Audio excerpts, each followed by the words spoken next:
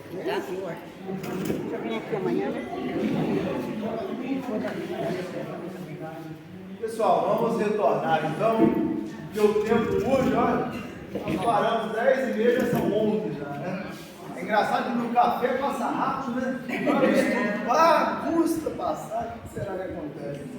Pessoal, vou passar, por falar em passar, vou passar aqui só por alguns dados desse estudo, lembrando que o nosso objetivo aqui é correlacionar ao que Kardec propõe e ao que o Manuel Filomeno de Miranda demonstra, né, nos seus processos de obsessão, que no livro fica claro.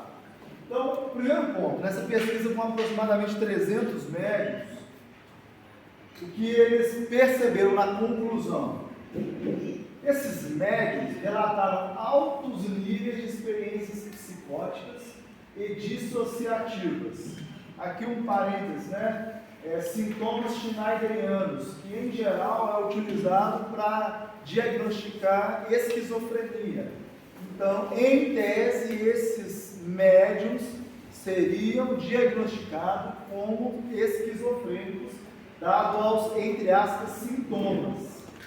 Tais experiências, no entanto, não tinham correlação com outros marcadores de transtornos mentais.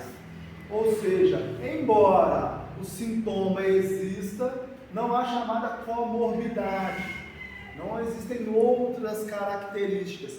Que características seriam essas? Para que, embora o indivíduo tenha alto nível de experiência psicótica e dissociativa, a dissociação que a nossa irmã falou, eu me vi de meu corpo, eu saí do corpo, essa emancipação da alma, a ideia de ser uma outra personalidade se manifestando através de mim, que inclusive tem nome, é o TDI, transtorno dissociativo da individualidade, é considerado um transtorno mental, que pode ser, mas pode não ser. E aí como saber se é aquele indivíduo com as múltiplas personalidades, ou se são múltiplos espíritos se manifestando? O Hermínio Corrêa de Miranda tem um livro chamado Condomínio Espiritual. É um livro maravilhoso que eu sugiro que vocês leiam, porque ele traz artigos científicos, casos psiquiátricos, principalmente nos Estados Unidos, de pessoas que tinham TDI, ou seja, pessoas que se manifestavam várias personalidades através delas. E ali há uma pesquisa para verificar se eram entidades, muitos espíritos, se eram personas daquele espírito, ou seja, reencarnações, ou se era um transtorno mesmo. Era só uma dissociação, uma quebra, né, do psiquismo daquele indivíduo. Então, cada caso é um caso. Por isso que é muito difícil dar um diagnóstico. É preciso tempo e conhecer, assim como para dizer se o fenômeno ele é anímico ou medianímico. Se eu não conheço o médium, eu não conheço o ânima. Então, como dizer que é animismo se eu não conheço a alma? Aquela alma que se manifesta. Quem sou eu para dizer que é animismo? Eu não conheço a pessoa. Com o tempo, vou vivendo, vou identificando que no fenômeno mediúnico existe o traço do médium, ou seja, medianismo. Há sempre, inclusive, é bom deixar isso claro, não existe manifestação puramente mediúnica, mas é necessário conhecer. Então, quando há essa dissociação ou experiência psicótica, inclusive pode ser experiência da persona, pode ser uma experiência anímica, para usar os termos espíritas, ou seja, uma persona que eu animei e que se manifesta. Isso pode ser visto como uma dissociação ou como uma personalidade múltipla. Vê que não é simples aquilo que a gente está falando aqui. Nós não estamos falando de uma coisa simples. Por isso, gente, eu não tenho a menor pretensão de esgotar esse tema aqui.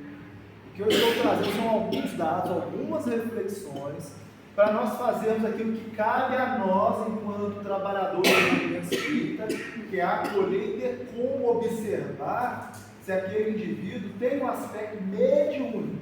E se aquilo que é sintoma, que pode ser visto como patológico, pode necessariamente não ser.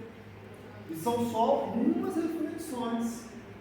Os médiuns dessa amostragem de 300 médiuns, né, Kardec e o Alexander, fizeram o que Kardec propôs. Pergunte aos médicos busquem uma amostragem. Então, esses médicos apresentavam melhor ajustamento social, menor prevalência de transtorno mental, uso menos frequência de serviços de saúde, ausência de uso de antipsicótico, menos sonambulismo, menos características secundárias do TDI, transtorno dissociativo da individualidade, e menos sintomas do borderline, ou personalidade limítrofe.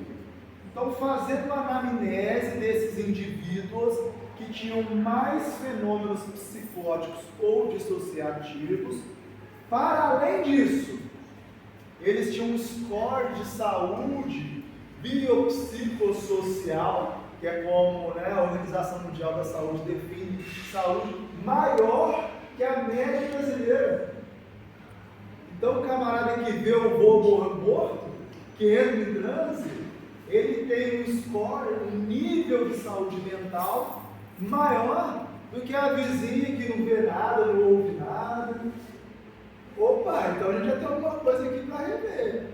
É um dado muito relevante esse. E aí, nós vamos começar a usar do bom senso para responder o questionamento do André, da nossa irmã e de Kardec. Como verificar se a mediunidade para determinadas pessoas é adequada ou não.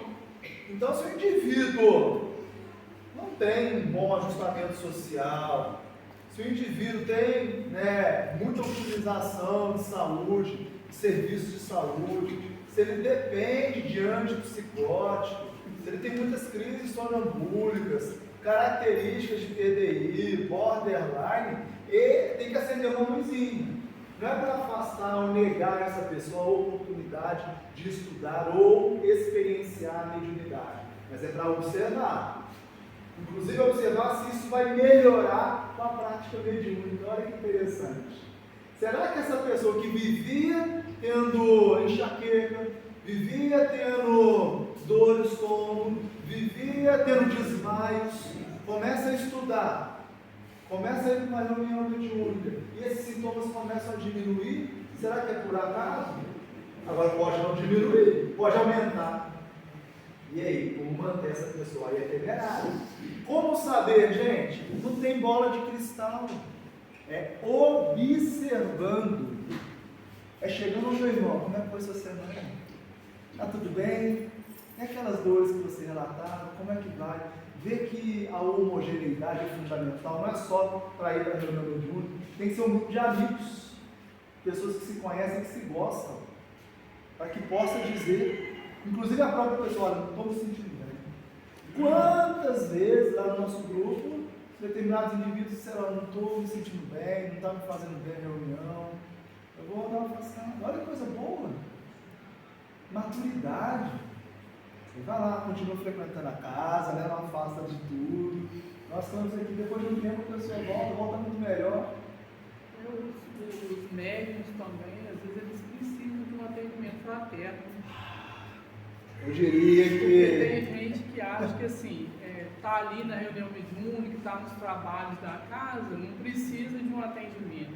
E às vezes o que a gente mais precisa, às vezes, é de ter uma conversa, poder... Colinho. Essa fraternidade.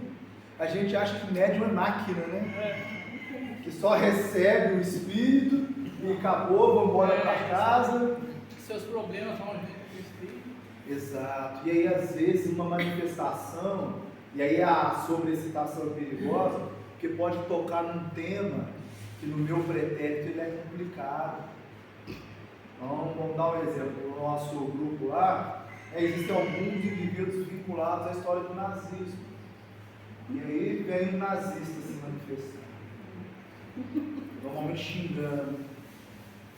Ou vem um judeu perseguido. Aquilo cria uma tensão psíquica. Às vezes uma pessoa com histórico de abuso sexual e vem um sexólogo, vem um abusador. Aquilo cria, e aí essa coisa de depois na avaliação, ou em particular, poder falar sobre isso. Olha, não estou dando conta. Está muito difícil lidar com essas manifestações. E ali você pode criar um vínculo fraterno, em que a pessoa pode continuar ou não, vai depender do perfil de cada um. Sim, minha irmã? Aqui nós perguntamos na hora da avaliação, está tudo bem, Neuza? Na hora da avaliação, nós perguntamos, porque também tem esses nossos irmãos aqui, né? Sim. Aí nós perguntamos, está tudo bem? Você não está mal, não? Você vai aguentar ficar na reunião? Aí o pessoal fala que fica. E o pessoal fala que fica, né? Às vezes não está, né? Não. Aí a gente também pode adivinhar. Não pode. Mas veja que existe. às vezes a pessoa fala que está bem e não está. Existe.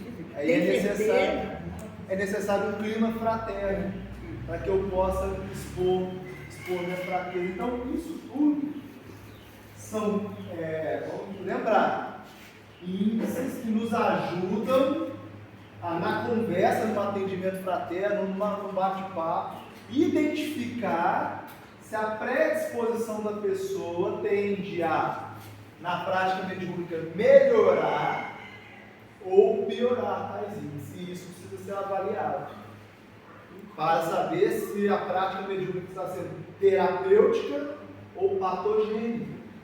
E, gente, a mesma prática mediúnica pode ter efeitos diferentes, porque são indivíduos. Então, para alguém pode ser a coisa mais maravilhosa do mundo. Para outras pessoas pode ser traumático, pode ser complexo.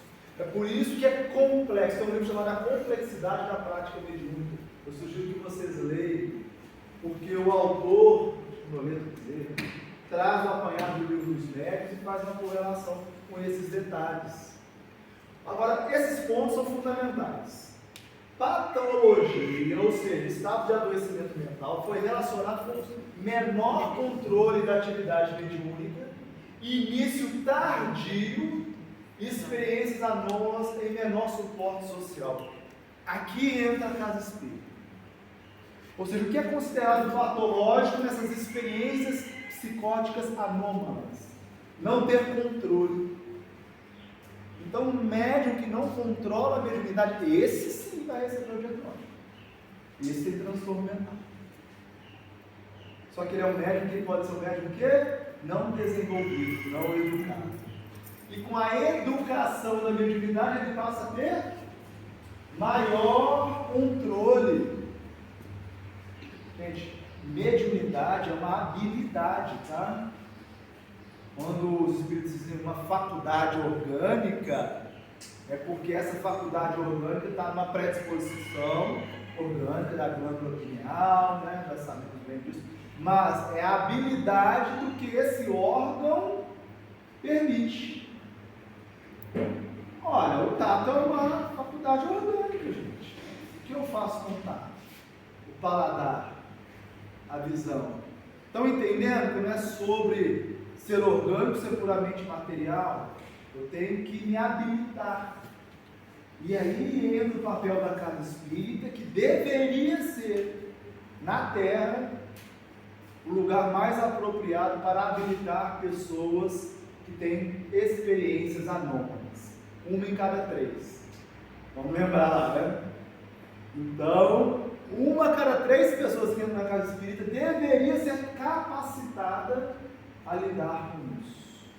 Ninguém está falando de ir para o trabalho mediúnico, mas ser capacitado a lidar com experiências psicóticas.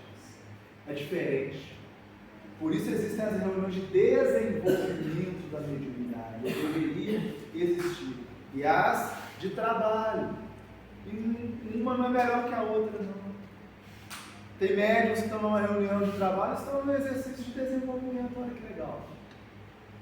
Por quê? Porque o que é patológico é não ter controle. E aí a gente pensa, mas como ter controle? É possível ter controle?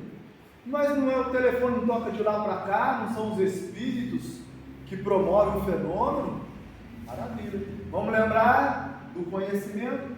Item 274, Livro dos Espíritos.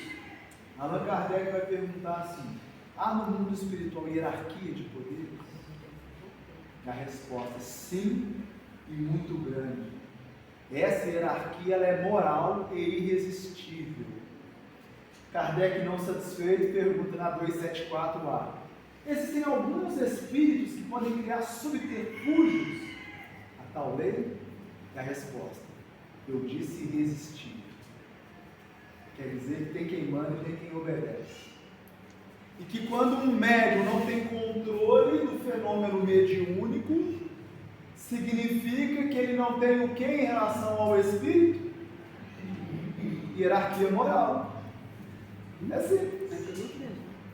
Então, quando eu não tenho controle da minha faculdade mediúnica, sou um médium em desenvolvimento e um médium obsidiado. Ah, meu Deus! Gente, vamos pegar o livro dos médiuns, vamos estudar Kardec. O que Kardec diz? Que é comum, na verdade, o que é atípico é que no processo de desenvolvimento da mediunidade não exista obsessão. Na verdade, o normal é que sejamos médiuns obsediados. Nós viramos um termo tão pejorativo nessa coisa de médium obsediado. Parece que é um médium que não estuda, que não é comprometido, que não é... Não. Ele é só um espírito que não tem hierarquia moral em relação a outros. Então, por isso que a moralização é fundamental no papel do controle do fenômeno mediúnico. Aí já não é só sobre estudar. Mas quando eu estudo, eu sei que se eu me melhorar, eu terei ascendência moral. E essa ascendência moral, ela é o quê? Quem lembra? Irresistível. Gente, é irresistível. Essa talvez seja das falas do Espiritismo mais importantes para alguém que chega na casa espírita morrendo de medo de ser médium. Por quê? Qual é o grande problema de ser médium? É lidar com o invisível, né? Alguém, lembra do efeito histórico? Endemonizado, bruxa. Alguém que eu atribuo um poder sobrenatural. Aí a gente lê na primeira parte do livro dos médiuns, o sobrenatural e o maravilhoso. E Kardec diz, não tem nada de sobrenatural nem de maravilhoso na mediunidade. São leis. Olha só. Então esquece essa coisa de que o Espírito tem poder sobre mim. Ele tem, sabe o quê? Não se choque. Hierarquia moral. O obsessor, tá? É dele que eu estou falando. Dói, né? Nossa, essa doeu no meu peito foi muito difícil. Tipo, meu obsessor tem hierarquia moral sobre mim? Tem. Senão ele não me obsediava. É simples. Porque uma coisa é influenciar, tá, gente? Ou seja, tem espíritos que me querem muito mal, que me influenciam, e que eu percebo. A outra coisa é quando essa influência obsta minha evolução e trabalho no bem. Aí isso é obsessão. O que Kardec chama? É quando o espírito, ele impede que as comunicações se deem. Isso é obsessão. E aí o que o médium deve fazer? Kardec propõe que não escreva e não fale, inclusive. Na obsessão simples. Porque quando vira fascinação ou subjugação, que é o caso de muitos médiuns em desenvolvimento que chegam na casa espírita, que não tem controle, esse é médium? É, mas ele está no estado patológico? Está. Remédio cura? Não. Atenua. O que cura? Elevação moral, transformação moral. Porque aí esse indivíduo passa a ter hierarquia. E aí, quando muito, um obsessor pode ter uma sintonia com a gente. Na hora que a gente fica com raiva, sabe o que acontece com a nossa frequência? Cai, não é assim? Por isso existem as obsessões indiretas. O indivíduo não tem hierarquia moral sobre mim. Não é meu caso, tá? Mas, enfim, vamos imaginar outra pessoa. Não vou usar de exemplo, não. Não tem hierarquia moral sobre o João. Ele não consegue obsediar o João. Ele não atinge o João. O psiquismo do João vibra uma frequência aqui, ó. O do obsessor aqui. Aí o obsessor faz o quê? Vai na Maria, que vive com o João, que está desatenta, e a Maria vira médium. E vai lá e cutuca o João fica com raiva, e aí vem o vinho. Olha a responsabilidade. Aí eu lembro até do tema do Evangelho, né? As múltiplas escolhas. Quando eu sinto raiva, eu posso ser médium da sombra. Posso ser médium do obsessor daquela pessoa. Do nada sentir raiva, assim, que isso? O que foi? Será que sou eu? Ou será que eu só estou captando? Gente, vê como o Espiritismo amplia muito. Pode ser eu, mas pode não ser. Então, controle é fundamental. E para controlar a mediunidade tem que ter ascendência moral. E tem, lembra, questão 274 do Livro dos Espíritos. Então é estudar para saber que isso é possível, porque aí a pessoa que chega aqui com medo vai dizer o seguinte: só depende de mim. Vamos lembrar, capítulo 14 da Gênesis. Kardec vai dizer, né, inclusive esse 46 e 48 sobre desobsessão, que na maior parte das vezes cabe ao obsediado melhorar-se para excluir o processo obsessivo. É isso que Kardec está falando, que a maior parte do processo de desobsessão se dá através do obsediado se melhorando. Quando já instaurou-se a subjugação, que é necessário a ajuda de terceiros, aí entra a reunião de desobsessão. Mas na maior parte das vezes é isso. Então, trazer esse indivíduo que está estudando mediunidade, que está sendo orientado sobre a transformação moral, ir para a prática, vai dar a ele habilidade. E é por isso que o início tardio, olha ali, o segundo item, ele é complexo. Porque imagina que quanto mais tempo eu levo para iniciar meu treinamento, mais eu estou sofrendo a influência dos espíritos sem habilidade de lidar com ele. E aí tem uma coisa complicada, né? Que são os cursos de mediunidade de 10 anos. Né? O pós-doc em mediunidade. E isso é uma maldade com o médium, né? Porque é plenamente possível o estudo prévio, básico, e depois um estudo continuado e concomitante aos exercícios. Nós fazemos isso lá, né, no Grupo Espírita Paz da Maete, com muito êxito. A pessoa chega, vai estudar o Livro dos Espíritos, o Livro dos Médiuns, vai para exercício, gente, não é reunião mediúnica. O que ele vai aprender nos exercícios? Se concentrar, fazer prece, fazer irradiação. Depois começar a falar do que está percebendo. Vai ter alguém experiente para ajudar essa pessoa, enquanto está estudando. Então, esse início tardio, a gente tem que tomar cuidado. Agora, o início também prematuro é tão perigoso quanto. Estão entendendo que não é regra? Kardec não põe regra por isso. Quem chegou? Gente, tem pessoas que com 6 meses de estudo e de frequentar a casa espírita já entenderam muito mais que eu, que eu aqui há alguns anos. Por que eu vou falar com essa pessoa? Não, pera aí que você é nova. Aqui. Eu me lembro quando eu cheguei na casa espírita, um companheiro muito bem intencionado falou assim: ó, Gustavo, ó, fica tranquilo, não tenha pressa não. Daqui uns 10 anos você começa a entender. Eu falei, nossa senhora, isso aí não dá pra mim não. 10 anos eu começar a entender. Gente, então a gente está falando que é simples. Pô, começar a entender não é possível, né? Aí ele falava assim, ó, a Gênesis é muito difícil, ele estuda agora não.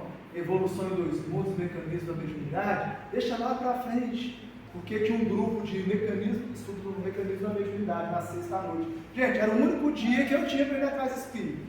Sexta-feira à noite. Aí o camarada, meu irmão querido, disse, olha, agora é a hora. Para mim, mecanismos da mediunidade foi o meu evangelho. Para mim, tá, gente? Tem doido para tudo.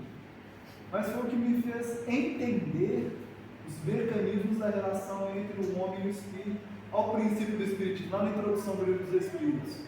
Me fez tomar cuidado com o que eu penso, com o que eu desejo, com o que eu sinto, que isso é onda, é matéria. E eu comecei a ficar mais alerta com isso. Outras pessoas podem não ser, mas o que eu quero dizer, essa coisa de tornar tardio ou prematuro, depende de quem. Depende de quem. A gente sabe que espírito é esse que está chegando na casa espírita? De repente está chegando o Emmanuel reencarnado aí. Eu estou querendo falar para ele, ó, senta aí, daqui uns 3, 4 anos você vai para o trabalho. Enquanto isso tem a, como é que chama? Trabalho da campanha do Rio, se quiser, tem tarefas graças. A gente não sabe que espírito é esse. Aí se eu deixo ele falar, opa, esse camarada aí, ele já está entendendo coisas que eu nunca entendi. Mas ele fez uma pergunta que eu nunca pensei. Olha que legal isso. Então, Então, o tardio percebemos que o indivíduo tem capacidades, tem condições. O bom senso me diz: vamos aos trabalhos, vamos assumir responsabilidades. Sim, né, irmã? Mas assim, tem pessoas que, por exemplo, tá lá fazendo um curso, né? Aí chega na hora de ir para reunião mediúnica, aí ela fala que às vezes ela está com medo, ela está com insegurança, sim, ela fica com medo de falar as coisas na reunião. Sim, perfeito. Mas nossa irmã trouxe aqui que as pessoas, às vezes, alguns fazem o curso, chega na hora de ir para trás e já tem medo. É exatamente por isso que a gente tem que botar primeiro o pezinho na água. Ou seja, primeiro vão ser exercícios, primeiro ela vai observar, depois ela vai atuar, ela vai estar num grupo com pessoas que estão na mesma condição que ela, homogeneidade. Tem médiums experientes, mas não estão lá em trabalho, estão lá suportando a situação, dialogadores experientes, que não estão lá para doutrinar espíritos, mas estão lá para ajudar o médium no processo de vínculo, de fechar o vínculo psíquico. Então veja que é muito mais complexo do que parece. O Gabriel Delany, né, um dos grandes continuadores do trabalho de Kardec, segundo Kardec, na biografia dele, era aquele que daria continuidade ao seu trabalho. Ele diz isso para o Gabriel Delany. Tem um livro chamado Espiritismo perante a Ciência. E o Gabriel Delany fala assim: muitos espíritas se propõem a observar a fenomenologia, mas poucos se atentam às condições psicológicas, emocionais dos médiuns. Olha o que ele está dizendo, gente. O médium não é máquina. Então, se alguém está com medo de falar, de participar, vamos entender as razões. É levar essa pessoa para a piscina, ó, bota o pezinho, sente, eu estou contigo, está tudo bem. Porque vamos achar que entrar em transe não é só uma coisa muito confortável. Eu não tenho essa experiência ostensiva, mas de repente eu não sei o que está acontecendo, eu só volto e aí já outra hora, já aconteceu um monte de coisa que eu não sei o que. Então, eu costumo dizer que é um momento de grande intimidade de entrar em transe. Eu preciso confiar. E para isso é necessário tempo e conhecimento. Por exemplo, para saber que não tem dessa do espírito não querer sair do meu corpo, que o espírito vai fazer o que quiser comigo, não vai falar coisas que eu não quero. Aí a gente fala, vamos ler lá os domínios da mediunidade, a psicofonia sonambúrica, consciente. Então a gente tem que nutrir essa pessoa de conhecimento e colocá-la pouco a pouco no trabalho, para que não seja prematuro também. Então é muito desafiador. Pessoas, lá acontece muito isso no nosso trabalho, pessoas que tiveram experiências traumáticas, de ser colocado numa reunião mediúnica sem preparo. E aí eles não querem mais, inclusive trabalhadores antigos da casa. E agora eles estão percebendo que existe um processo mais cuidadoso, mais tranquilo, que não é necessariamente ir para uma reunião mediúnica, mas ir vivenciando experiências anômalas. Então nós temos que ter esse cuidado. E aqui, que é o que a nossa irmã propôs, suporte. Ou seja, o médico precisa de suporte. O atendimento fraterno. E aí, como é que foi a experiência? Como é que você está se sentindo no trabalho? Quanto você está se sentindo em harmonia com o grupo? O que você está entendendo ou não? Então esse suporte, conforme maior menor os indícios patológicos do sintoma. Então vamos ficar atentos, enquanto casa espírita, a esses 3 processos. Como promover controle? Instrução e treino, que é a parte moral que não consegue fazer pelo outro, né? A tal hierarquia moral, gente, é para a casa de cada um. Não cabe a gente. Tem um caso do Arnaldo Rocha, né? Que o Arnaldo Rocha, ele fumava, né? Ele ia aplicar passe lá no Luiz Gonzaga. E aí que o pessoal ficava meio assim, vai aplicar passe, não sei o quê. E os espíritos, de certa forma, dizem, olha, ele vai ter que parar. Eu não sei o que eu vou fazer ele parar. A gente vai orientando, vai instruindo, aí ele vai entender que o que ele está fazendo é ser um mau cano, um cano sujo. A água entra limpa e sai suja. E aí ele começa a entender. Mas por quê? Porque houve instrução. Ou seja, promover controle, gente, em bom português, entendam bem o que eu vou dizer, é curar alguém que é visto como doente pela sociedade. Aquele jovem que entra em transe na praça ali, que dá surto na faculdade, chega na casa espírita, é orientado, treinado, deixa de ter sintoma, ele está curado. De que doença? Não estava doente. Ele só era um médium sem condições de controlar. E ele foi para um lugar em que ele deveria aprender isso. Porque existe um conjunto de informações para que nós ajudemos as pessoas. O treinamento mediúnico está associado ao controle. Eu já falei disso, não vou repetir. Mas não com níveis maiores de experiências mediúnicas. Isso é muito legal. Quando a gente fala de desenvolvimento da mediunidade, a gente está confundindo com a ideia de aumentar a ostensividade do fenômeno. Desenvolver, aqui ó. Vou jogar o jarro no chão, tá, gente? Já fiz minha bagunça. Então, essa já está envolvida, não está? Desenvolver, não. É isso, tá, gente? Alguma coisa aumentou aqui, só não era visto. Mas só vai ter o que tinha. Não se cria, na natureza nada se cria, né? se transforma. Então, é tirar o véu. Treinamento, às vezes as pessoas acham assim, é tornar um médium psicógrafo intuitivo em médium psicógrafo mecânico. Um médium psicofônico intuitivo em sonambúlico. Não é isso desenvolvendo a mediunidade. É o indivíduo que tem determinadas capacidades mediúnicas, otimizá-las, no sentido de agora eu tenho controle, sei o que está acontecendo, elas fluem de uma maneira mais tranquila, não tem isso, eu estou com medo do que vai acontecer. Isso é treinamento mediúnico ou desenvolvimento. Então não necessariamente vai acontecer maior ostensividade. Pode acontecer? Pode. Lá no capítulo 18 do famigerado Mecanismos da Mediunidade, né, chamado Efeitos Intelectuais, o André Luiz diz que, conforme o médium estuda, ele se torna um instrumento que pode ser mais maleável. São teclas que podem ser tocadas e que antes, né, o espírito não tinha como utilizar. Recursos mnemônicos, cognitivos. Então ali, o espírito pode transparecer-se com maior fidelidade. Mas por quê? Porque já existe aquela capacidade no médium, ela não é criada. Então, quando o Chico, né, tinha que aprender X palavras, ele aprendia X palavras por dia no dicionário, é para ser um médium mais fiel à ideia do espírito. Então, todo dia ele lia o dicionário e aprendia palavras novas. Olha só. Porque agora eu tenho recursos que antes eu não tinha, para vestir a ideia, o pensamento do espírito.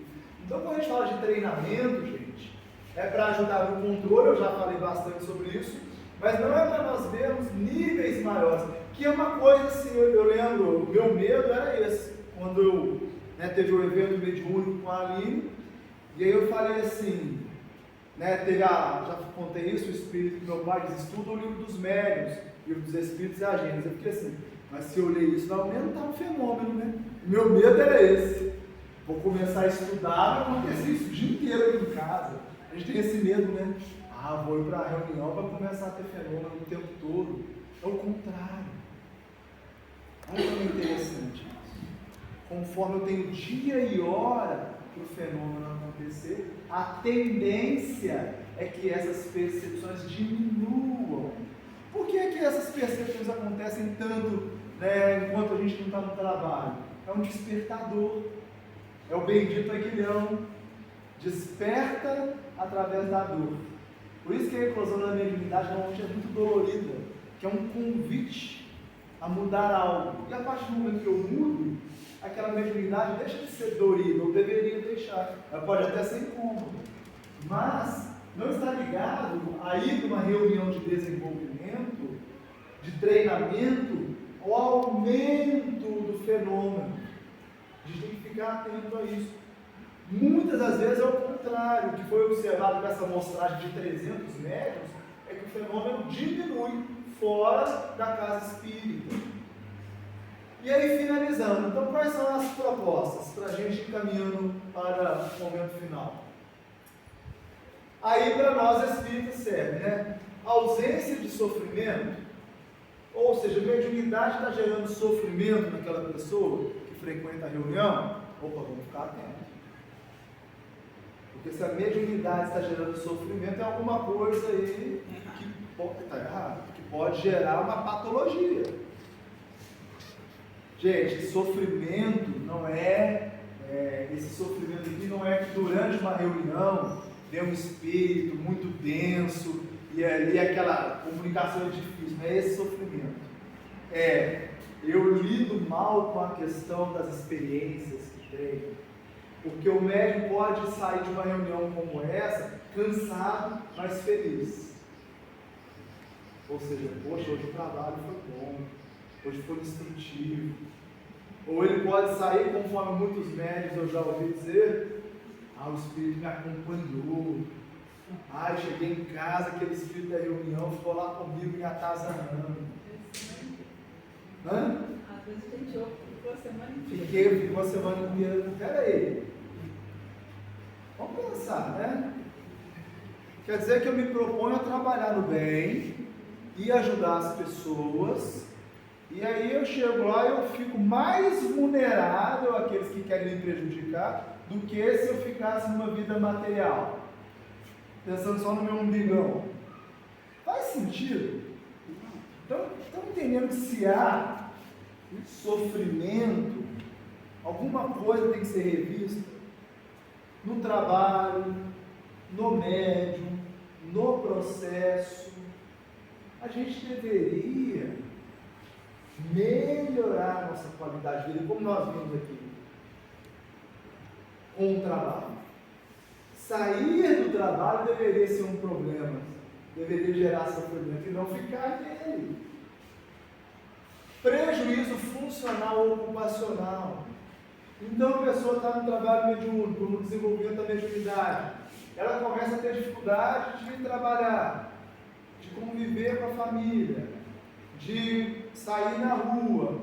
Opa, vamos ficar atento. Pode ser que essa pessoa não esteja em um momento adequado para esse trabalho. Pode ser. Compatibilidade com o contexto cultural. Aqui está escrito do paciente, mas vamos entender do nosso irmão. Ou seja, essa pessoa é a única espírita na família. Isso é um problema? Não necessariamente, mas gera sofrimento? Se gera sofrimento, a gente tem que ficar atento. Aí nós precisamos ter esse grupo de apoio, porque na família tende a não ter. Esse é o patinho feio da família. Exato, a tendência é essa. Porque se não entendem, né? Enfim. Podem ver de uma maneira muito negativa. Então nós temos que entender, olha só, tudo isso está dizendo o seguinte: a gente precisa conhecer as pessoas que estão no trabalho. Poxa, essa pessoa está enfrentando um embate, ela vai para a reunião mediúnica. É muito comum com a esposa, né? O marido, que normalmente, né? Nós, espíritos reencarnados no sexo das coisas, somos complicados, né? A gente, além de ruir, a gente complica a esposa para ele, né? Então, aí, começa a gerar uma... Oi? Não queria falar isso, mas tudo bem. Isso é pauta para outro assunto. Quando a gente fala de família, nem esse tempo, né? Então, mas alguém da família, em geral é assim, né? Graças a Deus existem exceções, mas em geral tem alguém que passa a ser esse indivíduo que dificulta o processo. Né? Eu vejo muitas cabecinhas balançando, então a gente sabe estatisticamente isso é normal. Isso é normal, mas aí a gente tem que entender o seguinte: esse contexto cultural qual é? Tentar de alguma forma ajudar essa pessoa no contexto dela. Eu me lembro de um caso que a pessoa era pastor evangélico, pensa bem. De repente ela vai para a casa espírita, imagina como isso é visto. Pouco comum. Ou um indivíduo que era tido como uma esquizofrênica. E aí vai para a casa espírita, imagina o medo da família, que ninguém conhecia, ela tinha até um irmão nesse caso. Mas não havendo, a gente precisa ser essa família. de suporte para essa pessoa. Porque senão, se a gente não está em condição de ajudar, se gera sofrimento, é melhor que essa pessoa, né, se adapte por mais tempo. É melhor que essa pessoa não vá para esse tipo de exposição naquele momento. Estão vendo que não tem uma regrinha fácil. Me desculpe, se vocês queriam no final do dia, vamos fazer assim. A receita eu fico com Kardec, bom senso. Cada caso é um caso. Aceitação da experiência pelos outros tem muito a ver com a questão do paciente. Então, por exemplo, né, às vezes a pessoa entra em transe em casa. E na família ninguém é espírita, às vezes até é, mas não aceita também, né? Como fazer? Como ajudar? Então, será que aqui não cabe conversar com a família, orientar a família? Comorbidades psiquiátricas, e aí que sim, é o psiquiatra que vai dizer, a gente não tem nada que adaptar nessa área, tá? Eu não vou entrar nesse aspecto. Controle sobre a experiência. E aí, essa pessoa está aumentando o controle durante o treinamento, porque assim é muito normal durante o início dos exercícios, você está fazendo uma prece, né? E aí já tem médium ali já, né? O trio puxando, ou no final da reunião está dando um horário, né? E o espírito está falando. Teve uma vez que eu simplesmente fiquei calado, deixei o espírito do Fidel Castro, devia ter ficado dando muito discurso dele lá. Ele era conhecido por fazer discurso 3 dias, né? Aí eu olho o espírito e falo assim, você não vai conversar comigo não? Você está querendo falar? Pode falar. Na hora que você parar, a gente vai encerrar a reunião. Por quê? Porque isso é um caso à parte, mas tem a ver com esse controle sobre a experiência. Então, por isso a avaliação é muito importante. Mas uma avaliação, ela só vai ser uma avaliação com uma fraternidade, que eu posso dizer. Aline, poxa vida, né? Eu estava ali tentando encerrar, né? Te chamei, ou você percebeu que já tinha dado horário, e o Espírito está falando. Hoje está fazendo a prece, o Espírito já está começando, dando comunicação durante a prece inicial. Então, na próxima vez, vamos ficar mais atentos a isso. Está com dificuldade, por quê? O que está acontecendo? Foi isso, aí a gente pode achar na aula. E aí acaba com o efeito. Ao invés de, você vai ficar 3 semanas afastado, tá bom? Isso é do castigo, né? A gente volta lá no Deuteronômio, lá no Antigo Testamento. Tentar entender. Ou seja, se não está havendo um controle, se não está, olha como é importante isso, crescimento pessoal. Ou seja, se a pessoa não se vê alguém melhor do que quando começou, tem alguma coisa que a gente tem que rever. Porque vamos entender que o trabalho mediúnico, ele deve nos elevar, nos tornar alguém melhor. Quando eu ouço histórias tão difíceis, eu deveria me tornar alguém mais sensível à dor do outro. Quando eu vejo situações tão complexas, eu deveria repensar, se isso não está acontecendo, é necessário que a gente avalie. Agora, será que as comunicações estão promovendo instrução para que haja crescimento pessoal? Será que as experiências que estão acontecendo nos tocam? Aí eu fico de novo com o Emílio Corrêa de Miranda, lá no livro Diálogo com as Sombras. Ele vai dizer assim, conforme o grupo progride, as comunicações tornam-se mais complexas e distintivas. Então, se são aquelas mesmas comunicações, aqueles mesmos espíritos, tanto tempo, significa que o grupo estacionou. Isso gera desânimo, isso não gera crescimento pessoal, não gera novas reflexões. E aí a gente precisa, enquanto grupo, avaliar. Porque esse é o menor dos problemas no sentido da patologia. Mas aí pode acontecer uma coisa muito complexa, que o indivíduo vai por ir. Não é porque tem que ir, não é porque quer ir. É a tal da disciplina mal entendida, né? Sim, meu irmão? Eu sou um comentário, eu sei que eu fiz proposital, eu vou fazer esse vídeo. Você falou da entidade, como fica falando, e está fazendo igual o Fidel, né? Mas aí eu digo assim, o Fidel realmente fazia isso, estudando a vida dele. Você pode ter certeza, se fosse o Fidel, ia aparecer o Gaiato para dizer, quem dera fosse ele, que o Espírito não falava nada. Pelo menos tem alguém que trava alguma coisa para te conversar. Agora, fala nada com nada. Né? Isso é importante. A qualidade da comunicação. Né? E vamos lembrar, né? O excesso de pontualidade denota inferioridade moral. Mas o excesso de flexibilidade também. Porque quando Kardec pôr lá no livro dos médiuns que o excesso de pontualidade denota inferioridade moral, tem que tomar um cuidado de achar assim, então vamos estender mais uma hora a reunião. Tudo bem, né? Porque bateu 9 horas, no meio da comunicação, meu irmão, tá no meu horário, né? É igual eu no consultório, deu a hora, tá? Semana que vem a gente conversa mais, não é isso. Não, mas também tem que passar bom senso, gente. Né? Vamos terminar a comunicação. O Espírito quer falar, você está tentando. Aline, vamos encerrar a comunicação. Olha o importante de médicos capacitados. Eu não vou embora, você não tem que querer, meu. Não cabe a você, cabe a Jesus. Esse trabalho é sério, né? Os espíritos superiores vão intervir. E a comunicação, o Espírito queira ou não queira, vai acabar. Como é que eu tenho essa certeza que eu não tenho mais crença no que o Espiritismo propõe? É uma fé raciocinada, é inabalável. E eu fico muito tranquilo em dizer isso, porque várias vezes testei. E o que vi é aquilo que li. Agora, se eu duvido, o Espírito capta aquilo, né? É igual o cachorro, quando você está com medo, ele vem na gente, é o gato. É só ter medo que ele vem. O Emílio Corrêa de Miranda fala muito sobre isso, né? Enquanto a gente precisa estar ali, não é ser corajoso, tá, gente? É ser conhecedor. Isso não é coragem, tem nada a ver com coragem.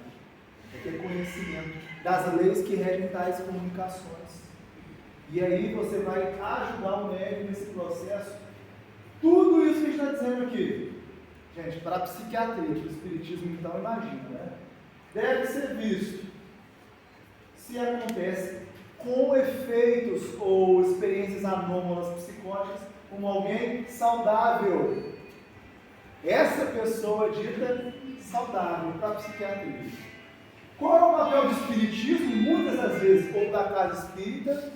Tornar a pessoa que tem experiências psicóticas, essa pessoa que tem essas experiências, olha a nossa responsabilidade. Tornar alguém que até então tem experiências psicóticas algo sintomático, patológico, em funcional. E onde é que a gente aprende a fazer isso? Livro dos médicos. Essa é a função do livro dos médicos. Porque a partir do conhecimento, tudo isso aqui é efeito. Quando o médium, quando o trabalhador segue o guia dos médiuns e dos evocadores. Ou seja, há uma melhoria da saúde mental. Nós nos sentimos melhores, nós nos sentimos mais úteis, ao invés de uma certa sensação de frustração, incapacidade, culpa, que existe muito no trabalho mediúnico. E por que existe isso? Porque quem orienta desconhece em parte, quem é orientado desconhece em parte, e a gente chega num consenso. Nós vamos avaliar baseado em que a reunião? O que o Espiritismo propõe. Então nós vamos partir de uma mesma base para podermos dialogar. E aí, fechando, o Kardec mostrando para a gente o livro dos médicos, ele vai dizer: do seu exercício, cumpre afastar aquela proposta, por todos os meios possíveis, as pessoas que apresentem sintomas, ainda que mínimos, de excentricidade nas ideias ou de enfraquecimento das faculdades mentais, porquanto nessas pessoas há predisposição evidente para a loucura que se pode manifestar por efeito de qualquer sobreexcitação. Então, gente, quando a pessoa tem essas ideias muito miraculosas, quando vem essas comunicações muito estranhas, é um dever do coordenador da instituição espírita afastar essa pessoa. para o bem principalmente dela. Tá? É cuidado com essa pessoa, que em se mantendo no trabalho mediúnico, vai criar mais sofrimento mental na vida dela. Agora, como observar isso? Com o tempo, conhecendo. Porque às vezes é um processo obsessivo que acaba com o estudo e com a melhoria moral. Às vezes não. Então, em se perpetuando, o convite é que esse indivíduo vá para outras áreas, para que ele trabalhe na casa, mas em outros setores. Será que só tem o setor mediúnico para trabalhar? Então, acho que é esse ponto. Depois de tudo que a gente estudou, depois de tudo que a gente estudou, o que nós precisamos lembrar? Que o problema não é da faculdade mediúnica. A manifestação é da instrumentalidade. O erro é da criatura, diz Emmanuel lá em Serra dos Médicos.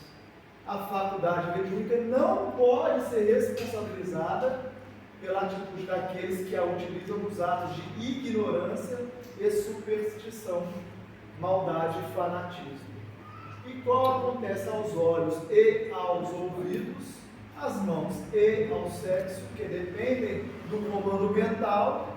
A mediunidade, acima de tudo, precisa levantar-se, esclarecer-se, edificar-se e servir com bases na educação.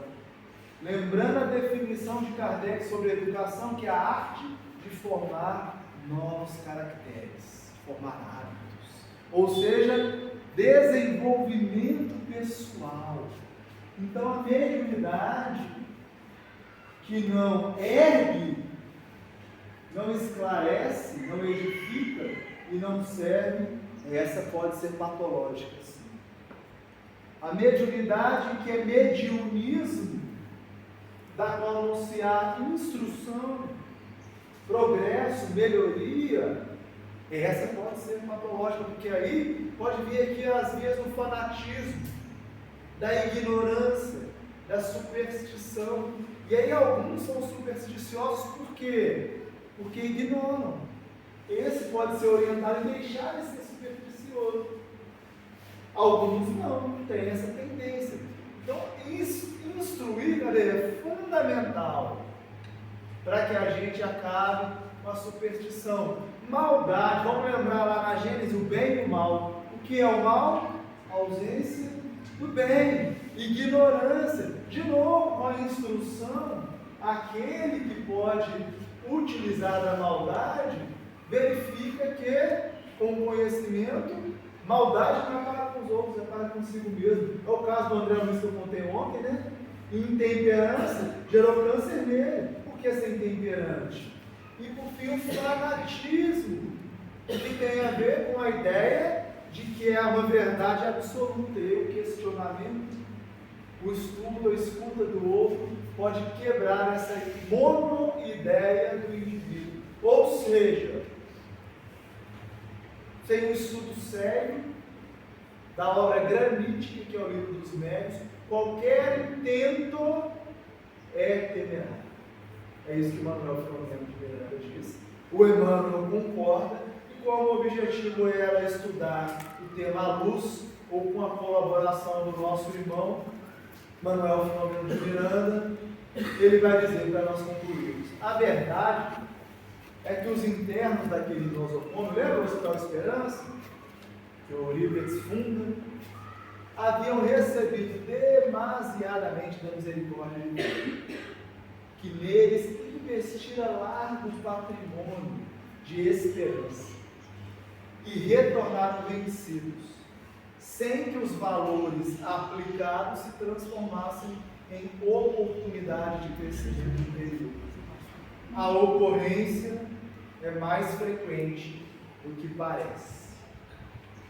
Então, a causa da loucura, não só dada a mediunidade, mas nos espíritas, é que a quem muito foi dado, muito será cobrado, está no Evangelho segundo o Espiritismo. E nós temos recebido demasiadamente da misericórdia divina. O que isso quer dizer? A gente nem merece. Misericórdia significa: eu te dou onde você não merece. É tipo, ó, se você não ficar de recuperação, você vai poder viajar, tá, bebê? Mas ficou. Aí a misericórdia não vai. Mas na próxima não vai. É isso, gente. Nós somos repetentes. Nós somos espíritos que ainda recalcitramos contra os aguilhões. E a misericórdia divina permite que a gente conheça o Espiritismo. Olha só. Por uma coisa muito simples, eu entendo. Jesus não veio para os sãos. O Espiritismo não veio para os sãos. Por isso somos todos um pouco doentes. O lastro e o cáustro da loucura, dos transtornos mentais, não é hoje uma pandemia por acaso, gente. Conversávamos sobre os desafios na área da educação hoje na cedo. Quantas crianças reencarnando com diversos transtornos, comportamentos, quantos adultos, né, com diagnósticos psiquiátricos. Seria acaso? Mas tem uma coisa que eu não estou me lembrando quem disse, e eu concordo, eu nunca tinha pensado sobre isso. Será também que é doença? Porque veja que a própria Organização Mundial da Saúde tirou o nome de doença para transtorno mental. E transtorno não necessariamente é uma coisa negativa. Não necessariamente o melhor. Não é negativo nem é depreciativo quando a gente entende o que é transtorno. O transtorno pode ser um convite a desenvolver aquilo que, devido ao transtorno, não posso utilizar mais. É a rede na janela, quem estava aqui ontem, nós falávamos sobre expiação. O transtorno pode ser uma expiação que é cuidado de Deus. Na natureza nada se perde, né? Nada se cria, tudo se transforma. Quando alguém tem uma obliteração da intelectualidade, por exemplo, em alguns transtornos, será que não é um convite ao desenvolvimento da emoção, da moral? Quando alguém tem uma obliteração do contato físico, no caso de alguns, né, com transtorno do espectro autismo, será que não é um convite a valorizar tal contato? Que o indivíduo quer, mas não consegue. Quando alguém tem um transtorno depressivo, maior ou menor, em que a felicidade é obliterada, será que não é um convite a valorizar a felicidade? Eu queria tanto ter, mas não consigo. Não sei por que sou triste. Vejam que os transtornos não devem ser vistos como punição, porque Deus não pune. Deus é amor. A mediunidade pode sim também ser uma mediunidade transtornada. Em raríssimos casos, existe a mediunidade expiatória. Quando Kardec disse que nós temos que ter cuidado, porque alguns não devem mesmo ir para o trabalho, porque a sua mediunidade não é uma mediunidade no labor, mas é um convite. Será que quando eu vivo mais no mundo espiritual que no mundo material, não é um convite a valorizar aqueles que convivem comigo, que talvez eu não tenha valorizado? Enfim, quando temos uma deficiência visual, tendemos a ter uma melhoria na nossa escuta. Quando temos uma deficiência na nossa escuta, melhoramos a capacidade da leitura labial e assim por diante. Quando somos menos hábeis em uma situação, nos tornamos mais hábeis, porque na natureza tudo se transforma. Será que o convite ao trabalho da mediunidade, aí para quem não tem nenhum impedimento, já não é o contrário, de começar a enxergar? Cuidado, hein? É nessa hora que a gente tem que entender o espírito. Brincadeira. Acho que foi o Ciro que tocou. Foi o Ciro no horário, Será que convite à mediunidade, então, mais do que uma proposta para algo que transtorne, que faça sofrer, que prejudique, não é um convite à felicidade de servir com Jesus, de ser útil, de entregar talvez o que é mais sagrado para nós, que é o corpo físico nesse momento, para que outro que não tem, momentaneamente, se esclareça, se instrua. É como dizer, vem meu irmão, por um tempo ele é seu também, nós vamos coabitar esse corpo, e tomara que você saia melhor do que chegou. E aí a gente vai recordar ontem, quando Jesus disse, meu pai trabalha até hoje, eu trabalho também. Por que entender que trabalhar com a mediunidade seria algo prejudicial? Pode ser? Pode. Quando a gente não segue o guia, quando a gente não segue o modelo. Eu estou falando de Jesus, não estou falando também do livro dos médicos. Que através de Jesus chega à Terra, para que a gente sirva na mediunidade com felicidade. Quando eu vejo um monte ali, eu lembro de Jesus iniciando sua tarefa, né, dizendo, bem-aventurados aqueles que. O convite de Jesus é, feliz aquele que. E talvez possamos repetir, feliz aquele que serve a bendita mediunidade com o conhecimento do Espiritismo. Porque embora os desafios inerentes de qualquer trabalho, o soldo, o pagamento, porque a cada um será dado segundo as suas mãos. O que importa mesmo, então, o uso da mediunidade como uma ferramenta de trabalho é o bom uso. É o bom uso. E para usar bem o conhecimento, é essa bússola, né?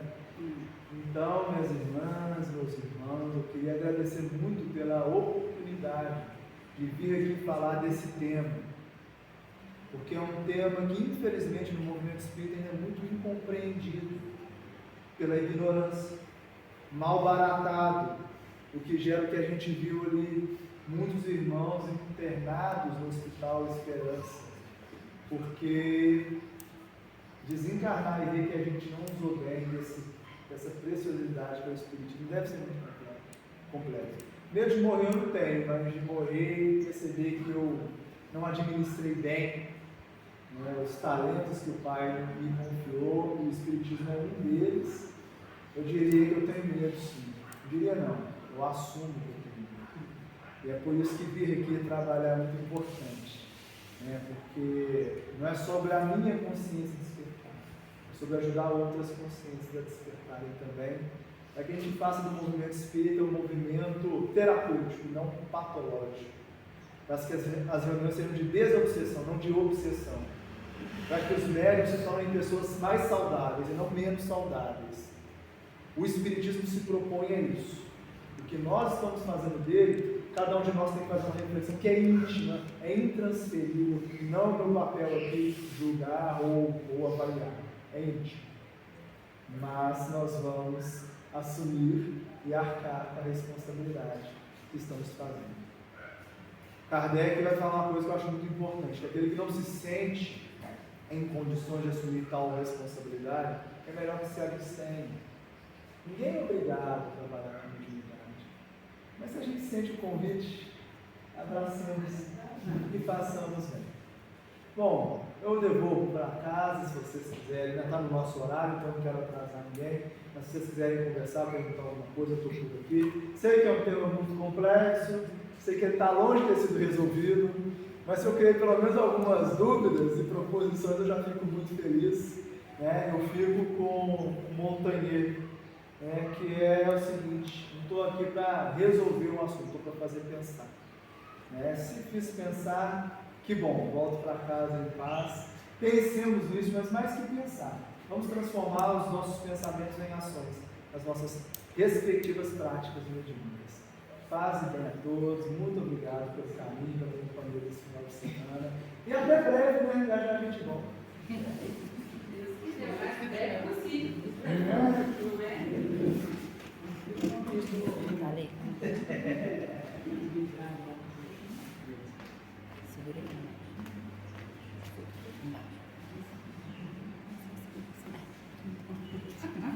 Essa tecnologia de Deus. Não me negócio. Queria te agradecer mais uma vez, infinitas vezes, a você e sua família. Sei que não é fácil. Né? Semana passada a gente fez também um seminário na igreja. Tu gosta de falar no começo, tudo acontece, mas a gente tá, né? Às vezes com a perna quebrada, cortando o negócio, combinou de trazer o negócio, não levou, mas a gente vai. Porque eu acho que é isso. Acho que o semear é muito importante. Porque a gente vai saindo, vai semeando, e a gente muitas vezes não olha para trás. E lá na frente, quando a gente já andou muito, a gente dá uma olhadinha, assim, a gente vê que aquela sementinha se tornou uma árvore. E não que é a gente que é responsável pela árvore, não é isso. Né? Não ser humildes, mas você olhar para as árvores e saber que sua contribuição está ali, né? Nem que seja numa folhinha, está ali, eu acho que é isso que a gente veio fazer no mundo. Não resumir tudo que tinha que se falar de mediunidade, vai ficar aqui uma semana falando e não vai resumir. Né? Mesmo porque Kardec nos diz que o espiritismo, né, vai se movimentando de acordo com os tempos. E é o que está acontecendo agora. Né? Como eu falei no início, a gente observando que existe um caminho de desenho, né? A nossa cabeça, a cabeça do mundo, não está em transformação, graças a Deus. Daqui a pouco nós vamos regenerar, né, Jane? Amém? Não é? Mas, o que eu estou querendo dizer? Que o mais importante de resolver problemas é semear. Sair semeando. Porque nós estamos trabalhando a nós mesmos todos os dias, aprendendo, porque quem aprende primeiro somos nós, porque a gente precisa estudar para trabalhar, para falar, a gente tem que estudar. Então a gente aprende primeiro, um pouquinho que a gente vai aprendendo, a gente vai dividindo, vai aprendendo junto. Que um coloca uma coisa, outro coloca outra coisa, um conta um caso, e a gente fala, poxa, tá vendo? Uma coisa que a pessoa fala, não pensei assim, um olhar diferente, e todo mundo aprende. E é isso que a gente está junto. As reuniões mediúnicas, o trabalho mediúnico é isso. Às vezes a gente acha, não, vou dialogar com o espírito, porque eu estudei, porque eu sei. Quando o espírito te fala certas coisas, você senta e você fala, né? Caraca, eu não sei nada, a gente não sabe nada. A gente vai aprendendo todos os dias. Nós temos uma reunião aqui no domingo, que é uma reunião mais densa, de obsessão, uma reunião mais difícil, a vibração, né, da reunião. Mas eu venho com alegria para essa reunião porque eu gosto, né, Tiozano? Mas não é todo mundo que gosta, então é o que você falou, eu acho que é uma seleção natural. Tem pessoas que não têm essa facilidade de lidar com esse tipo de vibração, né? Com espíritos que às vezes vão falar um pouco mais alto, talvez você vai ter que falar, ó, amigo, né? Estamos aqui, vamos conversar. Né? Espíritos mais rebeldes, mais difíceis. Não é aquele espírito doente, né? De morreu, não, é um espírito mais, né? Mais agarrado no mal. Então, assim, é uma reunião que me traz prazer e alegria. Não que eu não goste das outras, mas eu gosto dessa. Aprende. Né? A gente aprende todos os dias, não tem uma reunião que a gente não aprende. E aí depois eu fico pensando, como que a gente perde essa oportunidade? E eu pensei exatamente igual a você. Será que eu estou aproveitando a misericórdia que Deus nos deu? Porque muitas vezes, gente, semana passada o Espírito falou com a gente na reunião, lembra o pegadas na areia? É isso. Vocês lembram aquele livrinho lá, pegadas na areia, mensagem? Tem um monte de pegadinha, duas lá, casalzinho. De repente só tem, ao invés de 4, tem apenas uma pessoa caminhando. E aí a pessoa questiona, né? Poxa vida, Deus, o Senhor me abandonou. E aí Jesus no caso. E Jesus fala, não te abandonei. Mas naquele momento que só tinha 2 pegadas, eu te levava no colo. E o Espírito falou isso com a gente sobre essa reunião. Muitos momentos que vocês acham que vocês estão aí pedindo ajuda e nós não estamos ouvindo, vocês se enganam. Nós tiramos vocês do chão e carregamos vocês no colo. E muito para mim, né, gente? Porque eu estou aprendendo todo dia. Lá em casa, um aprendizado, graças a Deus. Estou me refazendo a 4 horas de uma forma muito imaginei. Mas estamos aí para isso. Então, eu gostaria de te agradecer por nos fazer pensar todo dia. Agradecer a mediunidade santa, que a gente fala santa, não no sentido de santa, né, de santos de igreja, mas da santidade do aprendizado. Porque é um aprendizado. Nós aprendemos em comunhão. Na reunião a gente aprende com aquele que dá facilidade, com aquele que faz a psicografia, nós aprendemos todos juntos, todos os dias. Então que a gente possa refletir, estudar, porque não adianta a gente caminhar sem estudo. Hoje, amanhã, o convite foi para o estudo, para a gente não limitar o nosso olhar, para a gente abrir os nossos horizontes. Então, muito obrigada a cada um de vocês, que Deus possa nos abençoar, guiar os nossos caminhos, retornar para os nossos lares com as minhoquinhas na cabeça gritando, né? Vontade de trabalhar cada vez mais e servir, porque como a Ana nos diz, sempre o trabalho não é nosso, nós estamos trabalhando para Jesus, né? Então chega, né? Vamos acalmar o nosso coração, entregar nossas aflições, nossas dificuldades, nossas dúvidas, aquilo que não está agora no ponto de ser resolvido, na mão da espiritualidade. Não para que eles resolvam, mas para que eles nos ajudem a resolver no momento certo, na hora certa, da maneira que for melhor. Senhor Jesus, mais uma vez te agradecemos. Te agradecemos pela oportunidade ímpar de trabalhar, pela oportunidade maravilhosa que encontramos nessa casinha, num bairro tão simples, que nos convida todos os dias a refletir quem nós somos e quem nós gostaríamos de ser. E aquilo que estamos fazendo para que essa transformação ocorra dentro dos nossos corações. Obrigada, Senhor, pelo aprendizado que encontramos na doutrina que escolhemos para as nossas vidas. Não que sejamos melhor que ninguém, Senhor, muito pelo contrário, mas que nós possamos aprender todos os dias a domar as nossas más tendências, a crescer não só em relação aos outros, mas principalmente em relação a nós mesmos. Olhar para dentro de nós, conseguir domar verdadeiramente o homem velho e permitir que o homem novo cresça e floresça todos os dias das nossas vidas. Que o Senhor ilumine esse bairro, os nossos assistidos, as nossas queridas crianças. Ilumine a nossa casinha que tanta oportunidade de trabalho nos traz. Que o Senhor ilumine a família do Gustavo, que eles retornem segurança para casa. E agradecemos, Senhor, sempre gratidão. É o sentimento que vibra nesse momento nos nossos corações. Que não tenhamos preconceitos, muito pelo contrário. Que sejamos portas abertas, sorriso que acolhe, abraço que acalma, olhar, Senhor. Que sejamos aquele olhar de alegria que recebe com carinho qualquer pessoa, principalmente aquelas que precisam momentaneamente da nossa ajuda. Que tenhamos sabedoria nas reuniões com os espíritos, mas também com os médicos. Que saibamos respeitar as individualidades e que juntos possamos aprender sempre. Que seja feita a sua vontade, hoje, agora e sempre.